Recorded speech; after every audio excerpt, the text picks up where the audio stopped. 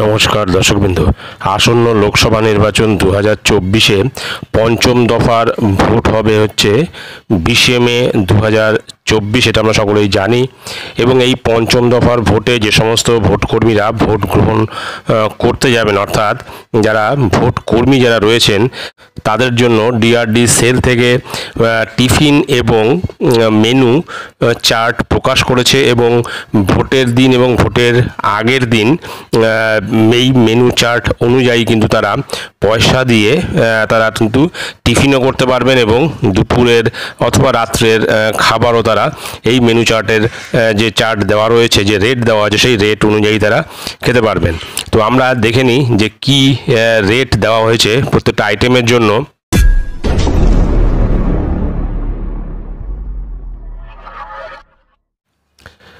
যেমন ওপরে লেখা আছে, rate of food items for polling party to be supplied self help groups in the Lok Sabha election 2024, অর্থাৎ এই মেনুগুলো কিন্তু সার্ভ করবে হচ্ছে সেলফ হেল্প গ্রুপ যারা রয়েছে তাদের থেকে কিন্তু এই মেনু তারা সার্ভ করবে এবং তার রেট দিয়ে দিয়েছে। যেমন টি পার কাপ, অর্থাৎ 1 কাপ চা 6 টাকা, টি উইথ 2 বিস্কুট, 2টো বিস্কুট সহ চা হচ্ছে 10 টাকা, ব্রেকফাস্ট 4 পিস বাটার টোস্ট থাকবে 25 টাকা, আর breakfast 4 piece puri with veg curry থাকবে 25 টাকা, বয়েলড এগ বা অমলেট থাকবে হচ্ছে 10 টাকা করে পার পিস, আর ভেজ রাইস তার মধ্যে থাকছে ডাল, ভেজিটেবল কারি, ভাজা, চাটনি, এই দিয়ে থাকছে হচ্ছে 50 টাকা। তারপরে হচ্ছে এগ রাইস, তার মধ্যে থাকছে ডাল, ভেজ কারি, ভাজা, চাটনি এবং 1 পিস ডিম, এই দিয়ে 60 টাকা।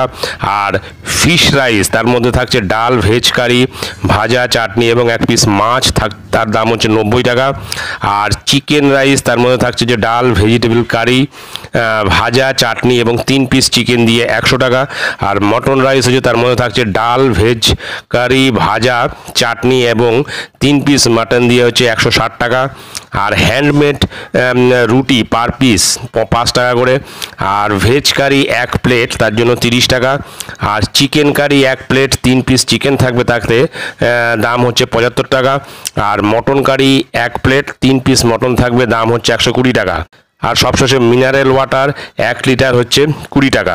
তারপরে নিচে সিগনেচার আছে additional district mission director, DMU project director, DRD cell Hooghly জেলা পরিষদ, অর্থাৎ পঞ্চম দফায় কিন্তু হুগলিতেও ভোট রয়েছে।